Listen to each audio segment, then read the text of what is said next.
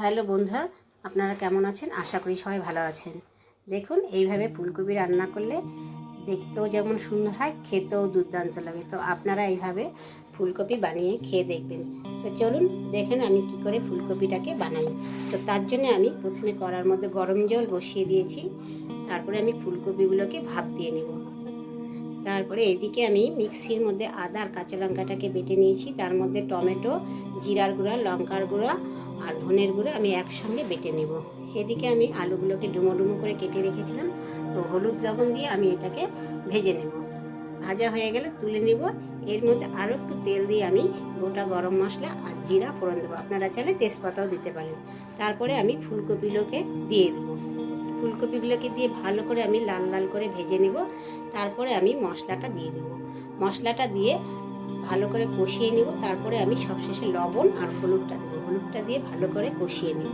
আর এদিকে একটু আমি কাশ্মীরি রেড চিলি জল দিয়ে গুলিয়ে নিয়েছি, ওটাও আমি দিয়ে দেবো। দিয়ে ভালো করে আমি কষিয়ে নেব। 5 মিনিট ঢাকা দিয়ে রাখবো। তারপরে 5 মিনিট করে ফিরে আসছি। এখন আমি আলুগুলোকে দিয়ে দেবো। আলুগুলোকে দিয়ে আরও আমি 5 মিনিট কষিয়ে নেব। তারপরে আমি এদিকে আমি গরম জল বসিয়ে দিয়েছি। তো আমি ওই জলটাই এখন আমি দিয়ে দেব।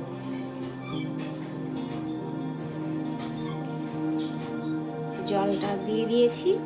এবার ফুটলে পরেই আমি ঢাকা দিয়ে রেখে দেব 10 মিনিটের জন্য। তো 10 মিনিট পরে ফিরে আসছি বন্ধুরা। এখন আমি এর মধ্যে সামান্য চিনি আর একটু গরম মশলা আর ঘি একসঙ্গে দিয়ে দেব।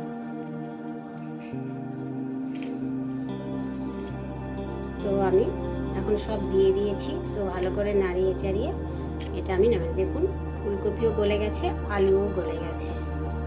তো দেখুন দেখতে কি সুন্দর হয়েছে, দেখতেও যেমন সুন্দর, খেতেও তেমন সুন্দর হয়েছে। তো আপনারা এরকম করে বানিয়ে খাবেন।